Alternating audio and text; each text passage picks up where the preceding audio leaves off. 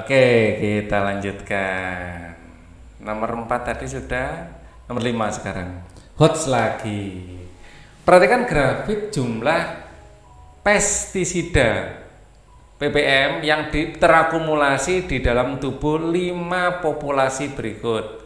1, 2, 3, 4, 5. 5 populasi dalam grafik tersebut berada di dalam tingkat trofik berbeda pada satu rantai makanan organisme herbivore, ya. Pada grafik tunjukkan. Nah, herbivore ini pemakan tumbuhan, ya, pemakan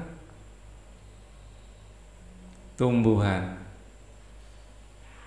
Nah, ini adalah hubungannya dengan pestisida, ya. Jelas tumbuhan pasti yang paling rendah. Di sini pasti tumbuhannya. Ini tumbuhan. Nah, ini baru herbivore. Jadi herbivore jelas nomor 3. Ya, yang memakan tumbuhan-tumbuhan paling sedikit karena baru kena semprot dia. Tapi tumbuhan makan sayuran atau rumput yang kena semprot sehari, 2 hari, 3 hari. Nah, herbivore misalnya sapi itu bisa berumur sampai 5 tahun toh. Selama 5 tahun setiap hari makan pestisida atau makanan yang tercemar pestisida dalam jumlah waktu lama-lama ya, nah, besar juga. Nomor 3. Oke. Kemudian ini hots lagi. Perhatikan grafik perubahan komponen danau setelah tercemar pupuk di pertanian berikut. Terangkan kadar nitrat. Ya, yang mana kadar nitratnya ini? Ini kadar nitrat ya. Tak kasih warna merah, ini yang merah ini nitrat. Yang ada warnanya merah nitrat. Kemudian jangan ininya. Yang ini nitrat gitu aja ya. Terus kemudian yang hitam bakteri, yang ini autotrof.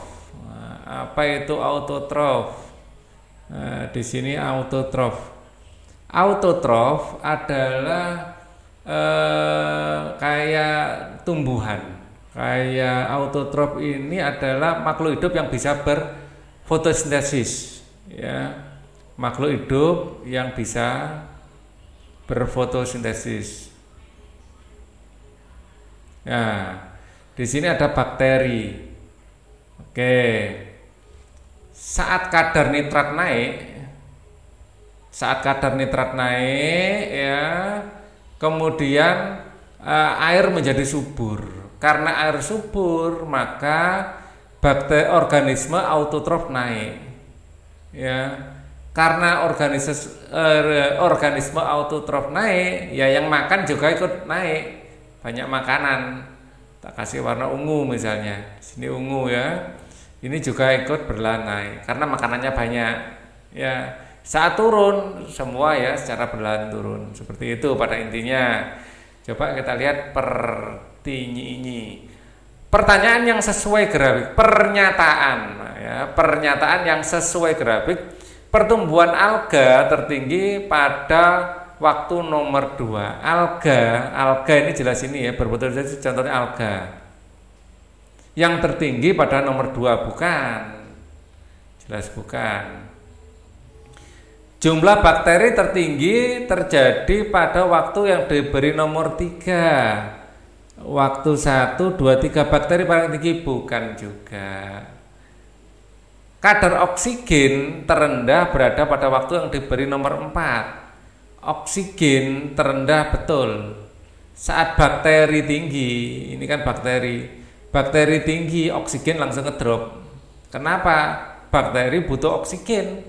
Ya, semakin tinggi bakteri, kalau oksigen itu tak kasih warna hijau, ya, misalnya dimulai dari titik ini, dengan tingginya bakteri, oksigennya yang ngedrop, ya, di kondisi terendah saat dia tertinggi, mungkin akan seperti ini, ya. Nah, atau terlalu ekstrim sih, sebenarnya ini landai terus di sini, nah. Mungkin gitu ya. Jadi jawaban ini yang paling masuk akal. Oksigen terendah pada waktu bakteri sedang tinggi. Oke ya. Nomor berikutnya Perhatikan gambar aliran sampah organik. Ya, sampah organik ini sampah misalnya kayak tumbuhan, tumbuhan hewan mati ya, tumbuhan hewan dan lain-lainnya. Itu sampah-sampah organik yang masuk ke sungai. Di sini arah aliran tiba-tiba sampah organik masuk. Sampah organik ini larva serangga Chiromus sp, ya, serangga yang lebih dikenal sebagai cacing darah. Nah, kalau di daerahnya Pak Ali namanya cacing lor. Lor. Ini banyak didapatkan dari sungai-sungai di Surabaya. Ya, orang menyebutnya cacing darah, cacing lor ini banyak didapat di sungai di Surabaya. Cacingnya kecil-kecil, warnanya merah seperti darah. Gunanya untuk makanan ikan yang baru menetas. Jadi ikan dari daerah itu dibawa ke Surabaya, tapi cacing dari Surabaya, dari sungai-sungai yang kotor itu ditambang. Kalau ada orang berenang-renang di sungai seperti Sungai Jagir, itu nyari cacing lor. Ya, dapat dengan mudah ditemukan pada perairan dengan tingkat pencemaran tinggi. Nah, Surabaya kan tingkat pencemarannya tinggi. Populasi cacing darah paling sedikit ditemukan di daerah yang ditunjukkan jelas nomor 1 karena belum kena sampah organik. Nah, sampah organik ini banyak dari limbah rumah tangga, ya, seperti mungkin ya kayak minyak goreng dan lain-lain. Ini adalah makanan buat cacing lor, ya, cacing lur, nah, gitu orang nyebutnya. Oke, cacing darah. Lanjut. Menurut sejumlah peneliti, tingkat deforestasi atau penebangan hutan, forest itu kan hutan ya, deforestasi itu penurunan hutan, Indonesia masih tinggi, ya iya. Sehingga menimbulkan kekhawatiran global. Bukan hanya Indonesia yang terdampak, seluruh dunia bisa terdampak karena Asia ini, terutama Indonesia dan di Brasil, sekitar sungai Amazon itu paru-paru dunia.